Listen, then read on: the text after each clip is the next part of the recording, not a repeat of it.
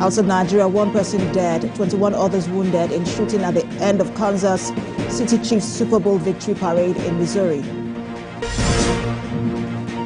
Sports Europa League conference games resume tonight as AC Milan welcome Rennes to the San Siro.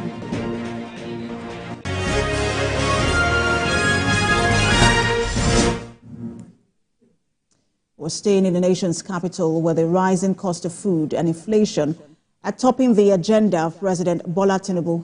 He's now in a meeting with state governors at the council chambers of the presidential villa. The meeting is to discuss the current food crisis and how the federal government will partner with subnationals to improve the cost of living. Just last week, the federal government ordered the release of grains from the strategic grain reserve and put in place other measures that would push down the soaring price of food in the country.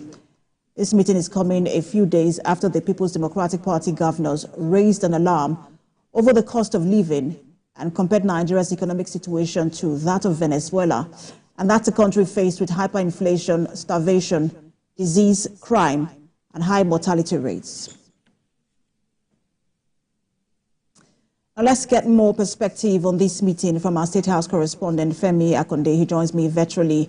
Femi, give us more update on this particular meeting and the issue of food crisis that it is meant to address.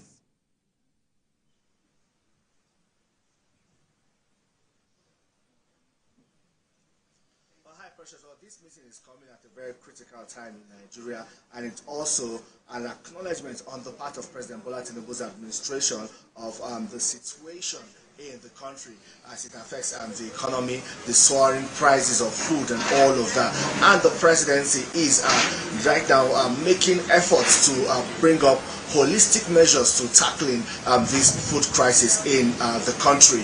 You know, just a few weeks ago we saw the protest in Minna, Niger State over the high prices of food items. We saw the protest in Kano State, and the latest is coming from the governors elected on the platform of the People's Democratic Party, raising an alarm over the hike in food prices. You know, right now they say it's beginning to get out of reach of the common man. But there have been measures put in place by the federal government so far. You know, since the removal of fuel subsidy, we have seen the federal government give out trucks of food items to different states of the federation. We have seen different kinds of interventions to the states, to the subnationals. But you know, all of this has not had a significant impact, or it's yet to properly trickle down to the poorest of the poor, the vulnerable, those in dire need of all of these relief and intervention by the federal government. That's why President Bola Tinubu is calling this meeting today.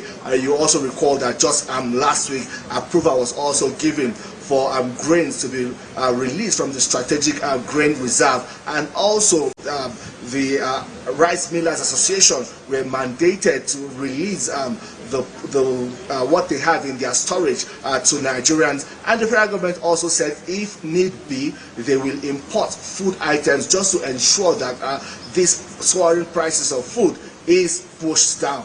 Right now, the meeting is still ongoing in Abuja in the council chambers. After that meeting, President Bola Tinubu will travel here to Addis Ababa in Ethiopia to attend the 37th session of the African Union. That's the session of the authority of the heads of state of the African Union here in Addis Ababa. That meeting is still ongoing. After that, the state governors will then brief, will then know what resolution has been reached. Precious. An interesting, Femi, that you mentioned the meeting in Addis Ababa, because I know that's where you are. Talk to us or give us more details of that meeting. I know it's a meeting of the African Union as well.